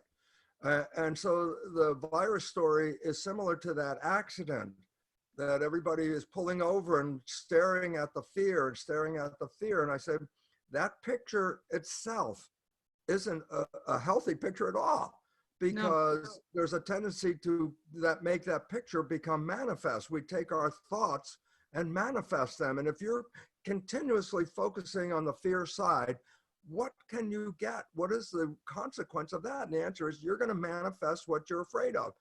You know, there's so many sayings about that, you know. What you resist persists. That's one of those sayings, you know. It's like, I resist the coronavirus. I say, well, it's going to persist. We have to look at, what about that family having that picnic where everybody was in love? Nobody's paying attention to that picture. And this is, you know, the job of stop that focus and move your focus to a different place. Because the concept of the mind, which I've talked about from the beginning in biology belief, the function of the mind is to take a belief and manifest it as reality. And if we keep feeding the belief of fear and people keep reading that, the function of their mind, it's unconscious. It's not that the mind is saying, let's focus on the negative stuff. It's already doing that. It's just going to do it more. And so basically we have to recognize that this is one of the bigger problems. We keep our attention focused on the scary stuff and at the same time let go of our focus on the other side of life. And so you're right. The idea is, let's shift the focus, but the media doesn't want to shift this. And to me, but we can end off listen to the medias. Change the media. Or, I mean, like, we can turn off a TV, or we are grown-ups. That's right. I forgot what his name now. Norman Cousin, I think was his name. He was diagnosed with a fatal disease, and what he did was he checked. This is, people have heard the story. He checked himself into a hotel and got all kinds of funny movies and comedies and things like that. And he healed himself of a disease that you're not supposed to be able to heal yourself from. By what? He stopped focusing on the disease and started to, have laughter and enjoyment and stuff, bring it into his life. And he healed himself with that perception. And this is the kind of thing we need now, because I said, well, what are people looking at? They're looking at the next news broadcast, the next reason to be afraid, the next, oh my God, it's in my neighborhood. Oh my God, this is happening. And it's an unfortunate situation, because what we focus on is what we manifest. And people don't realize. And you make it bigger, no? Yeah, we're creators. Yes. We can't Yeah. create. And the idea is, are you creating what you want to create, or you're creating what other people are programming you to create? Unfortunately, the latter is the experience right now. So your being out there is a very important part, because we need anchors to say, you know, there's something better to look at. You can Yeah. the station and get off of this. And so I want to appreciate, tell you how much I appreciate your efforts to stay happy, to stay healthy, and try to redirect the people you work with away from their myopic staring at that screen and that news broadcast, waiting for the next update of what's going on. Yeah, It's real exactly. important to move that way. So thank you for being part of the healing community. Yeah, you're welcome. Yeah, we really like to be in the healing community, as you do too. Yeah, Yeah, you do a very good work there. Yeah, that's but fabulous. this, excuse me. I was just saying that's fabulous. Yeah, I think the most important thing is that people get out of this victim position. Yeah, this is a very, very important thing, and that they get control. And breathing exercises is an easy thing to do, and it even helps now with these respiratory problems. Yeah, so there you can get control over your body. Yeah, very easy thing. You always have it with you wherever you are. Yeah, just to add to that, and a very important part is, if you're breathing and you could breathe in warmer air than normal, Through your nose. and that means the system will heat that air up faster and stop the growth of the virus, because the virus grows when cooler temperatures prevail, and that breathing exercises are good, and especially if you're breathing warmer air. When I was a kid, I remember we had something called vaporizer, something that would steam in the room and heat up the room with the air. Yeah. And that's how we dealt with flus, 50, 60 years ago. And I think it's exactly the same thing you should use today.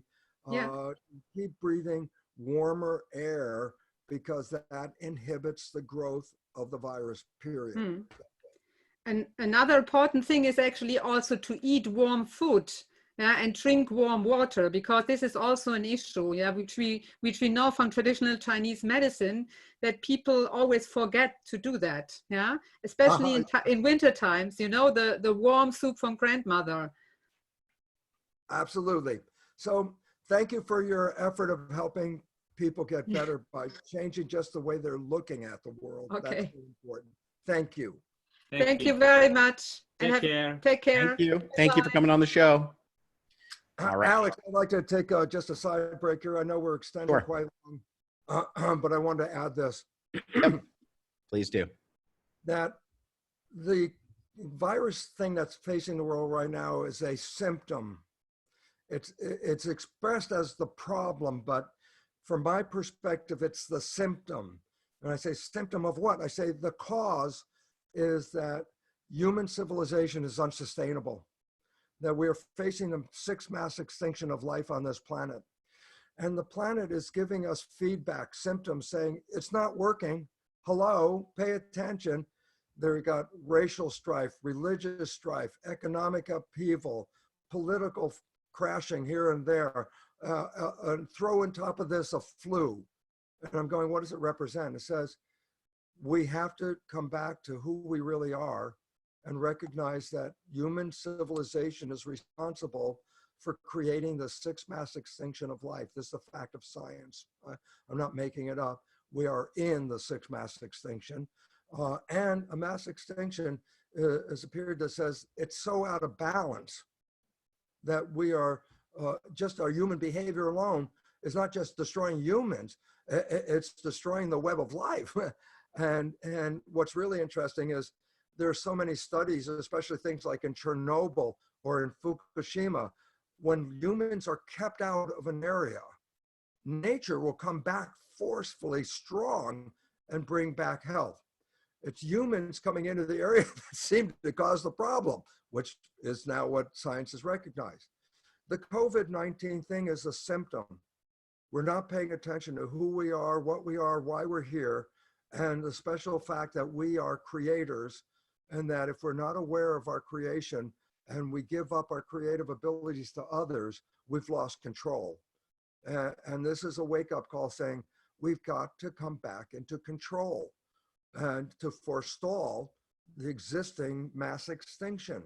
So COVID-19 is a wake-up call for civilization, that we have to change the way we're living on this planet, because the way we are living is the cause of a mass extinction, which includes, of course, humans.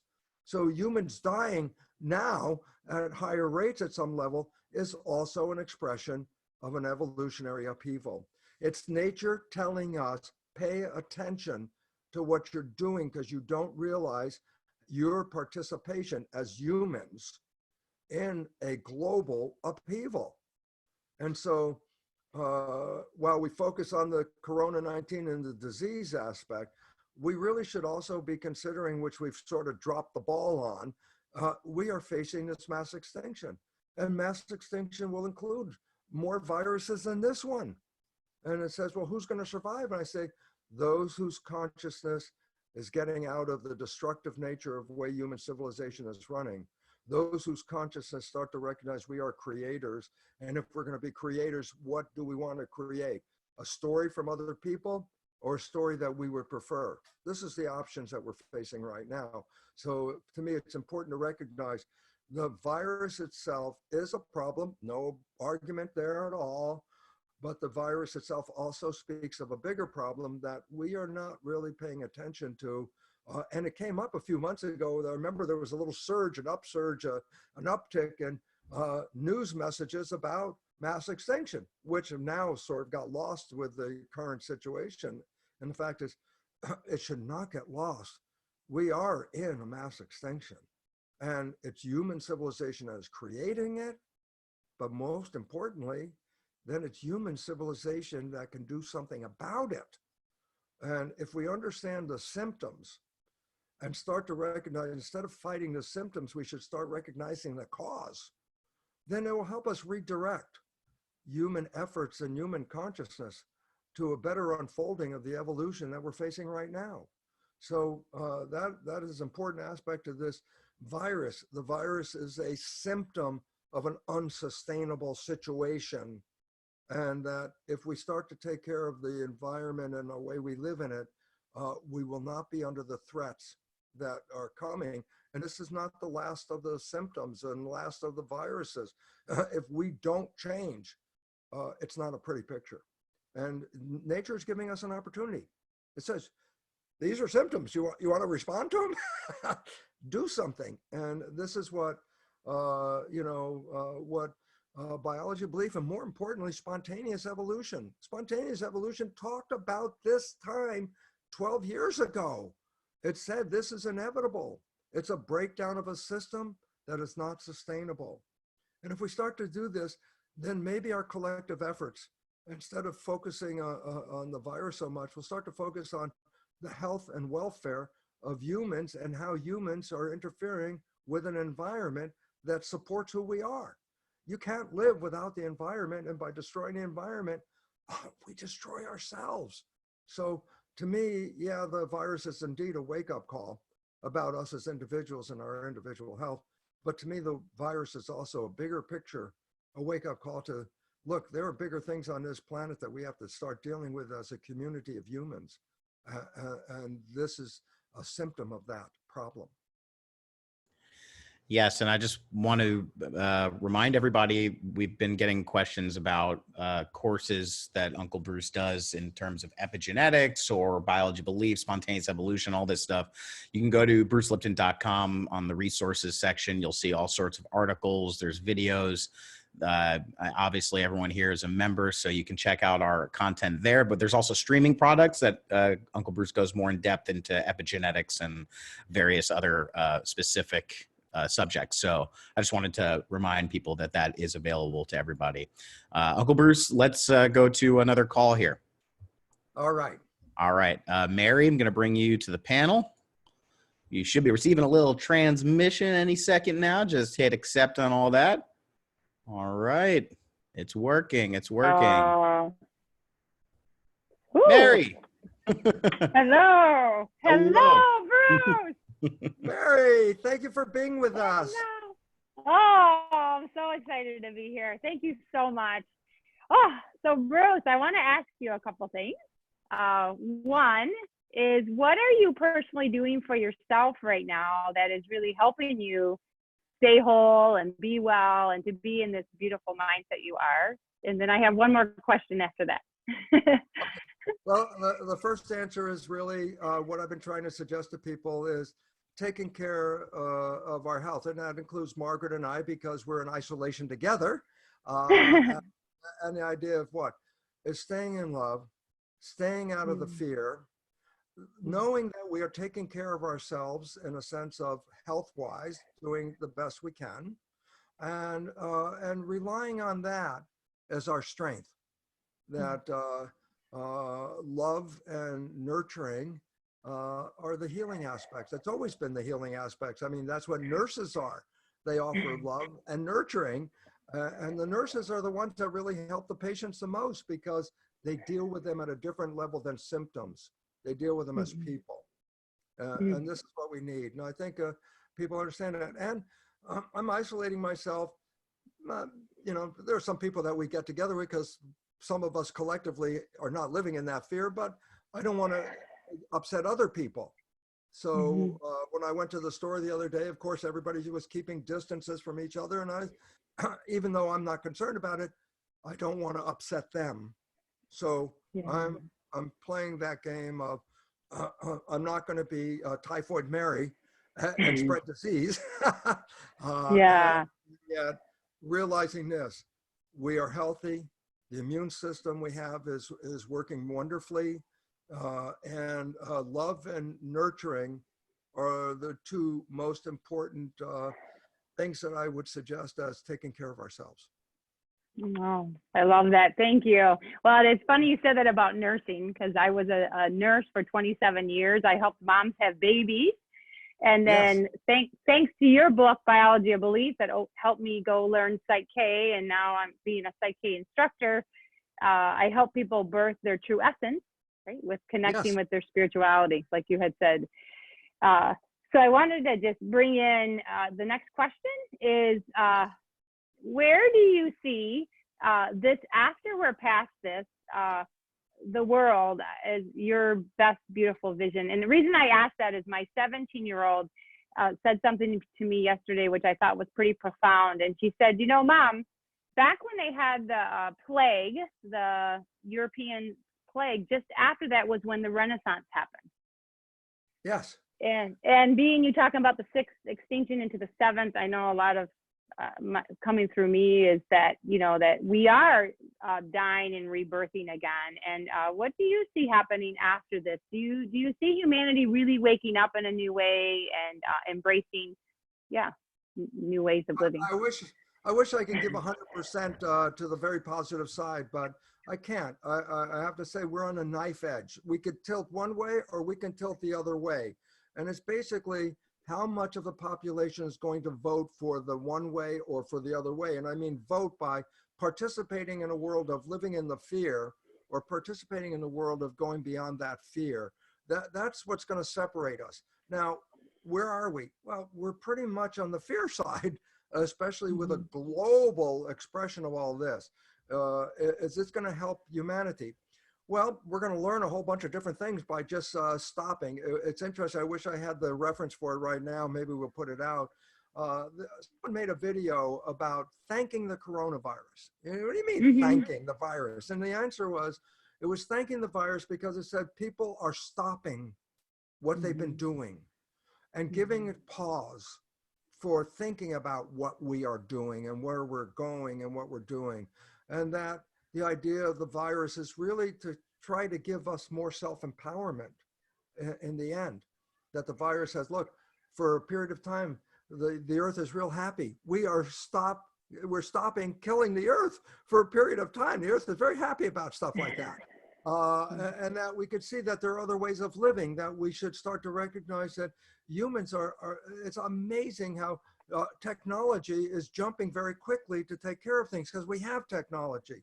The shortage of ventilators, and some person comes up with, oh, here's a device that I can use the same ventilator on 6 people.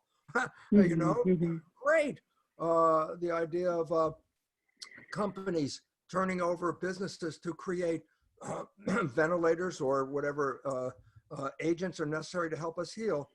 There's a movement in this way, okay?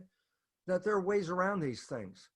And that we have to trust that human civilization and human intelligence and consciousness is much more powerful than a damn virus. But if you give in and say the virus is more powerful than you, then you have given up power over your life. And the question is, well, where are we in regard to the entire population? I go, I don't know. You know, considering that, you know, if somebody asks, where did that study come from that half of the people that were tested already had the coronavirus? That was Iceland, where they were testing everybody, not just people who came in sick, testing the population. And that's where it revealed. So it basically says, you know, the fear is extended to the point that people that have had the virus didn't even know they had it, and whose immune systems were good, went through this without even knowing they had the virus until somebody gave them the test. And so the issue is, which side of the knife are we going on? I say, I don't know, but it's imminent that the decisions that we make now are vitally important to the survival of human civilization. And that's not an understatement or an over blasting of something. We are in the mass extinction. I'm not making that up. That's a fact of science. And it's a fact of science that humans are precipitating it. So given those two facts, what does it mean? It says, well, it's up to us. We're the ones that are going to make a difference, not looking outside of us. And this is the wake-up call. Will we wake up on time? I don't know. We have, you know, I perceive it. We've been here before. There were other civilizations that have come and gone. And you know, it's not mythology. There were people here for a long time. And we may have come to a very close to where we are right now, but didn't make it before. Are we going to make it this time? I have no idea, but I sure as heck want to be on the good side. That's what I want. Oh, wonderful. I love it. Thank you. And would you agree that one of the most important things we could do is by helping ourselves right now, is that's where Mother Nature has put us all in timeout so we can go within instead of being so busy, right? That's what it's about. It's like a timeout. You know, it's like recess. School is going, the bell rings, get out of that classroom for a while, go out and, you know, do something and free ourselves. So we've been so, you know, programmed and moving, and the machine of life is moving, and it's not sustainable. So we need the time out. That's basically what it is. This is a time out. What are we doing? This is what the question should be. Wonderful. Well, thank you. Thank you for all you do and the love that you are. And I'm so grateful. So thank you, Mary, for being with us. And thank you for your nurse experience, because you also recognize what I try and tell people. The real healing comes from the nursing part, because the nursing part is the part that connects to the spirituality of the patient. You know, there are people out there that are loving and helping and healing. That's the more powerful part of the healing than, oh, the doctor gave me an injection. No, the nurse becomes fundamental in facilitating human healing. That's what's important. Thank you. Thank you. And now with being a spiritual nurse, doing the mind spirit work with Psyche, I can nurture people right at the subconscious level. Isn't this brilliant? It is wonderful. And I'm so glad you're doing the Psyche process, because that's one of the way to get that old program out and put something better in. So thank you for doing it. Yeah, and thank you. Thank you so much. Thank you, Alex. Yeah, thank you. Bye-bye. Absolutely. Thank you, Mary. Appreciate it. All right. I'm going to bring you back to the attendee status here. We should only do a little bit more because it's running quite a long time. That's right. That's right. We are. Okay. 1 second. All right. 1 second here. Okay. We're going to go let's see how far we can get here. Let's see. Cecilia, going to be bringing you to the panel. And again, thank you everybody for being patient. We've got a lot of callers in this time. Yeah, how should we do? All right, let's see. Cecilia, we should be bringing you on. Can you hear us? I could hear you. All right, we see you. There we go. Hi. Yeah. Hello. Hi, Bruce. Nice to see you again. I met you at the ICM in Denver a few years ago. Yeah, that was a few years ago. Quite Yeah. a few years ago, yeah. So I'll be quick because I know you got to go. So if this COVID-19 is a flu, like you say, right? A flu. Yeah. Do you see it dissipating when flu season begins to dissipate? Absolutely, and the data is already there from looking at China, North or South Korea. China, South Korea, and I think there's another country have revealed that it reached a peak, and now the number of new cases have declined precipitously, dropping away. That says, yeah, once you got that mask done, then there's a flattening of this curve that's happening right now. So is it real? And the answer is, of course it's real. The data is already there. The scariest place was China, where, presumably it may have been the epicenter where it started. And China is reporting really no new cases at this time. So the reality is, yeah, it's already proving itself, and those places that had the initial hit are the first ones to show that it is actually falling back again. So, and it's going away, and the weather is going to make a change. That's why they keep saying, oh, as the warmer weather comes, there'll be less of this. The answer is, well, that's because we talked about the cold weather is encouraging it. Will it come back next season? The answer probably will come back next season, but it won't be as strong, because all those people that have experienced it this year will carry a memory, immunological memory, that a next infection by the same thing will not have the power that it's expressing right now. So it is being, it's playing itself out. It's a standard, that's a standard way it does it every year anyway. It's nothing brand new. That's just the way it happens. Right. And we should learn from this. The idea is, what will we learn? And I hope, again, my concern is that we don't give up our power as humans and our ability to make choices about our life. It's unfortunate, like being in the States after 9/11, and everybody was living in fear. They instituted something called the Patriot Act, which is, for me, boy, is that the wrong word, because it took away individual power from people, and itself made fear. The Patriot Act, oh my God, be afraid kind of thing. Right. And there are laws that came from that where people gave up their power. And now you look back and I say, my God, those laws interfere with my life at this moment, because I don't have freedom anymore. Right. And the question is, will the wake of this, when we get out of this, which is inevitable and not that far away, will we compromise our power, or will we give to the government saying, oh, hey, the next time this happens, just give me the shot right away? It's like, uh-oh, I'm a little concerned about that one. Scary. But the future is unknown. It's really dependent on the people that are out there, and how many people are listening to the positive side and how many people are listening to the negative side. I have no control over that. None of us do. But Right. the end vote, when it comes to a vote, that's when it's going to make a difference. Right. And I hope that we don't lose our senses and give up all our power to, Big Daddy, take care of me with whatever way you think, because I Right. don't trust that system in the first place. Right. Exactly.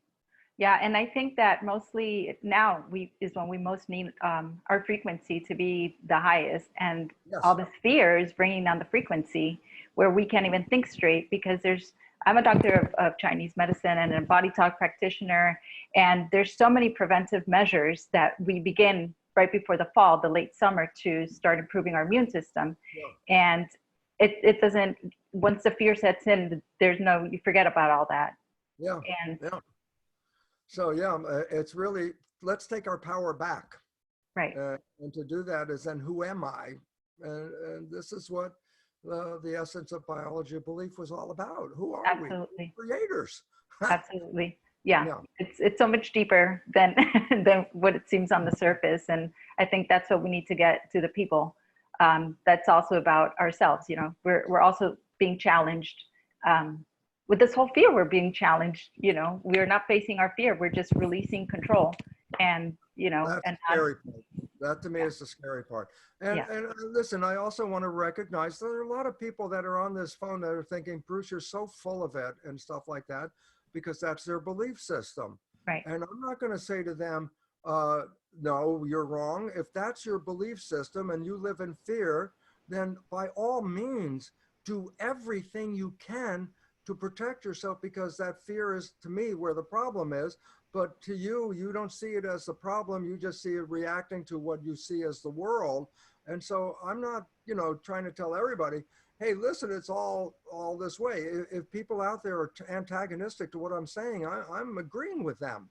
If you're antagonistic, then darn it, take every precaution in the world, because this is, an experience that you're anticipating, and I would be ready for it. So, I'm not trying to say, oh my God, everybody do this, because obviously I've already had a lot of feedback from people that were saying, oh, you're crazy and whatever this and that. And I go, well, hey, there's a certain number of people who are always going to say that. So fine. And I agree with them though, because if your belief is in fear and I haven't done anything to shake that and you still want to walk away, I agree with you. You have concerns and you should handle those concerns.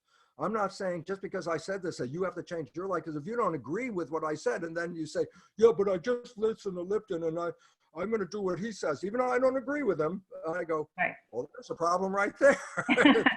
Right. That's right. Yeah, so please, I recognize everybody out there. It's your consciousness, not my consciousness. It's your consciousness that is relevant at this time. And if your consciousness is not agreeing with the stuff I'm talking about, then I agree with your consciousness, because, there are skeptics, people believe stuff, and there are skeptics who don't believe it. And guess what? They're both right, because the one who believes in it will manifest it. And the skeptic who doesn't believe in it will not manifest it, but they'll be right. And I'm not saying that anybody's wrong. Your belief is right. If your belief is fear, then live in a way to manifest a control as best you can. If your belief is I am more powerful, then live the happier life without carrying that fear around. So my job isn't to tell everybody, hey, get rid of your fear. If you need that fear, then live with it, but recognize the consequences of it. That's all I'm saying. Exactly. It's the point of the whole book, right? The biology of belief. That's what it is. It's what do you believe? If you believe in the fear, then live with the rules of how can I do best if I live with this fear. That's what the point is. But if you start to recognize I don't need the fear and I can live this way, then I say, good, that's a better way of rules the way I see it. Live that way. But I'm not going to tell people who are afraid, don't be afraid. I'll give you some reasons, but if they don't sell and you don't buy them, then don't trust my words, because your words are the ones that are making the difference. And so I anticipate a fallout again. Of course, a lot of people say, yeah, this is really cool, Bruce. And then there are going to be people who are going to say, you're an idiot. And I've already heard that. So I'm not concerned. But I want people to recognize it's their consciousness, not mine. Yeah, it's their consciousness. Absolutely. Well, you're definitely a genius in my book.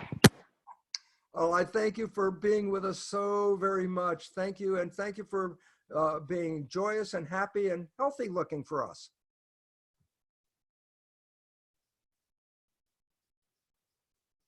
Well, I think we lost audio on you there, Cecilia, but thank you so much for coming on the show. Really appreciate your questions and your insight.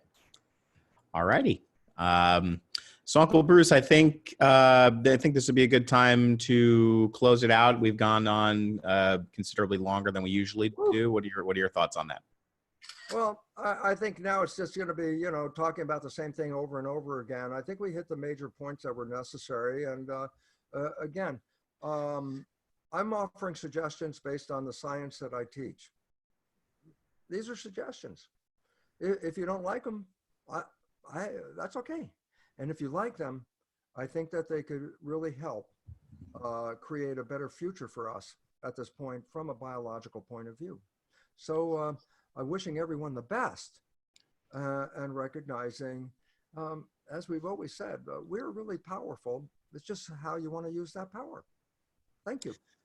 Well, thank you, Uncle Bruce. Always a pleasure to moderate these calls, and thank you everybody for signing in and participating, listening. We apologize. I'm not able to get all the questions today, but we will be doing this webinar again next month. And again, like I said, this webinar will be available on YouTube as well as the membership site. So definitely share it, and if you feel so inclined. Again, thank you so much, everybody, for being here, all the cultural creatives looking at the world and trying to see what we can, maybe not what we could do to make the world a better place, but how we could better be in this world, which would, I think, bring some more harmony. So quarantine and chill, as I'm starting to say at this point. Keep it chill, everybody. But thank you. And Uncle Bruce, thank you so much. Alex, I want to thank you, but I especially want to thank our audience, because these are people who are looking for answers that are outside of the conventional news broadcast. And there is a scientific foundation for everything we've been talking about. And I hope that you really become empowered to take control of your life. And that's what the whole story of biology of belief is all about, taking back power. So I thank you all for being there, and look for a warmer, brighter springtime. Absolutely. And for everybody that wants further information on the subjects that we have been discussing today, you can go to brucelipton.com. There's all sorts of resources there, streaming products, videos, articles, audio recordings, you name it. And thank you again. We'll see you next time.